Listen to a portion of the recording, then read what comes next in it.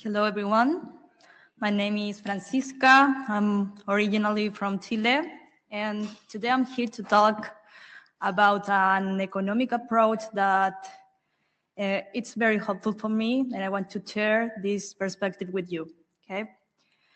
So this approach includes degrowth and also includes post-growth. Degrowth, it's about challenging the imperative of economic growth, this constant looking of economic growth. So post-growth, by the other side, it's what comes next, okay? So once we end with this perspective of economic growth and the pursuit of this economic growth, what comes next? What can we envision in this future? So that's why I'm here to talk about this.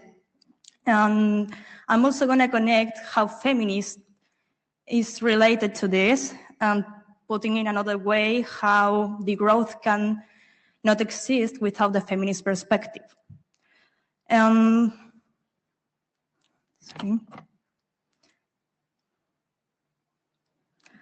how can we connect all what I'm going to talk with Red community?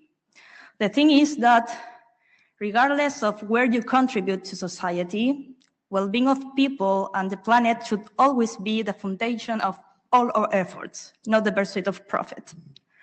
So here in this transition, the role of technology is huge because technology plays a vital role facilitating this transition, focusing on serving people and the environment in first place.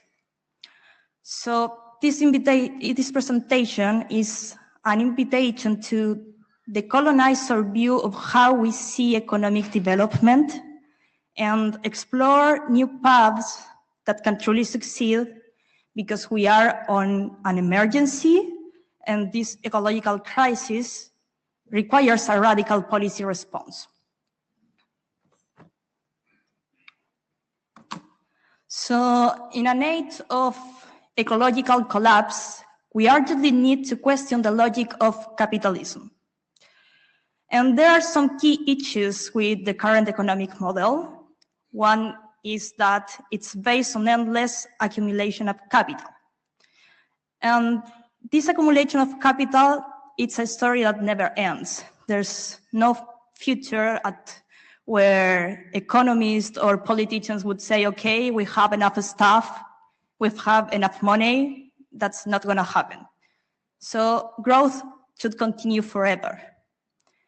And economic growth, it's synonymous of progress that is measured by GDP, as we all know. But GDP is such a flawed metric because GDP increases when there is a spill oil because of the money you have to spend cleaning it up. But GDP fails to account on unpaid work like raising children or looking after elders, which is the base of society. And the most important thing here, and the most big problem, is that economic growth, the endless economic growth, it's what it's causing our environmental degradation and all our social inequalities. So endless growth requires endless resources, but we live in a planet that has limits. So it's just not possible to continue with this logic anymore. And at the same time, the benefits of this economic growth is just in hands of a few, leaving many people behind, especially in the global south.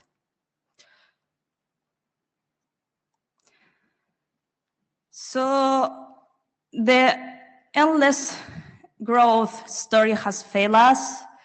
Our communities are divided, our planet is hurting, many are left behind, but we have the power to rewrite this story and to take a different path.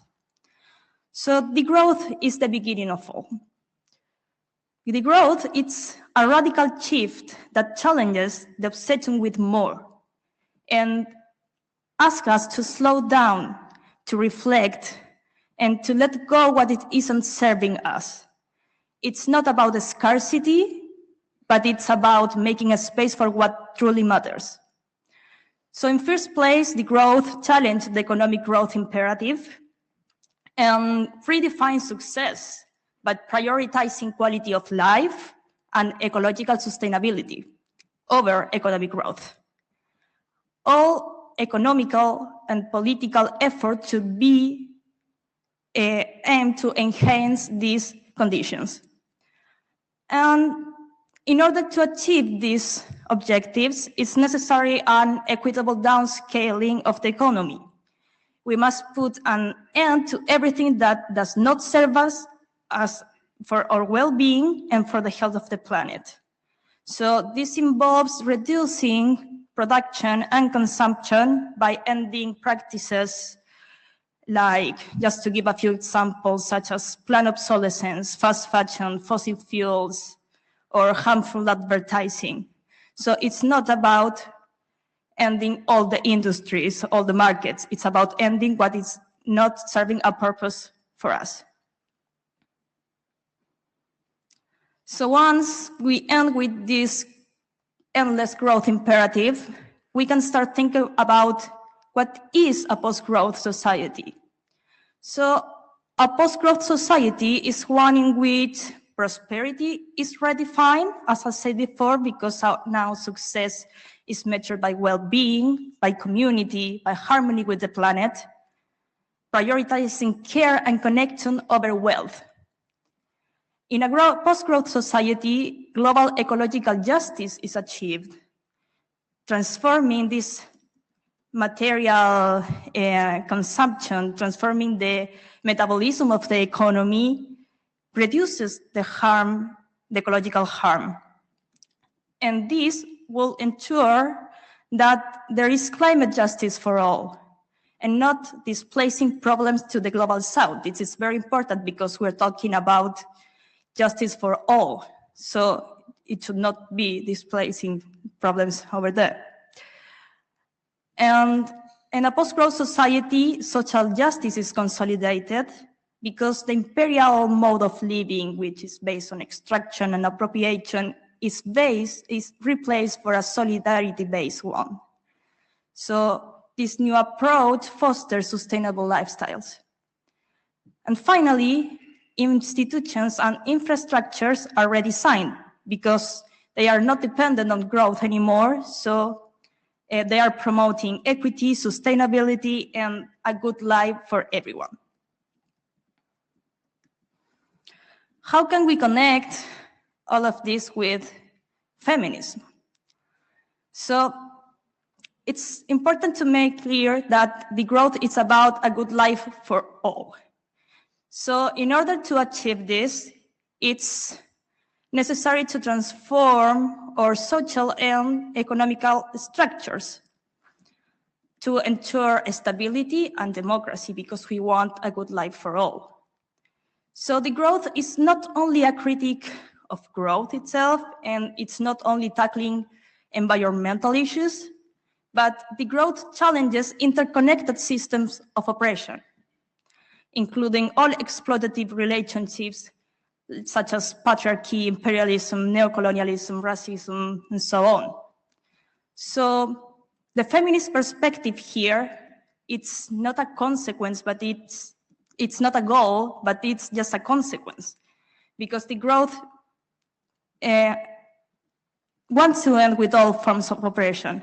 So the feminist perspective just emerged from the necessity of ending with these structures. And it's also possible to see that these two currents of thought share some of the same perspectives, that it's valuing life and it's also focusing on care. These two perspectives are constantly devaluated by capitalism. So a radical transformation of society beyond the growth paradigm can only be achieved by addressing the capitalistic growth imperative alongside its deep patriarchal roots, which disproportionately affect marginalized people.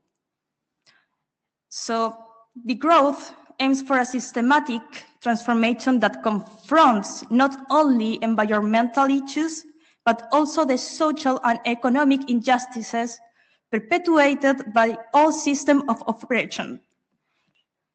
And this interconnected approach is essential for building a truly sustainable and equitable society for all. So, to end, I want to remark some final thoughts, that it's that what we call economy, it's our material relationship with each other and with the rest of the living world. What kind of relationships we really want? Do we really want to perpetuate systems of domination and extraction?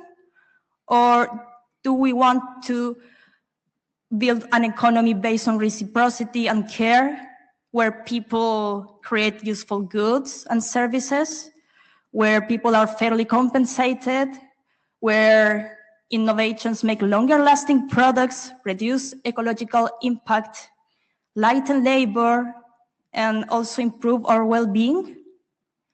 We have everything to lose and a world to gain. Thank you very much.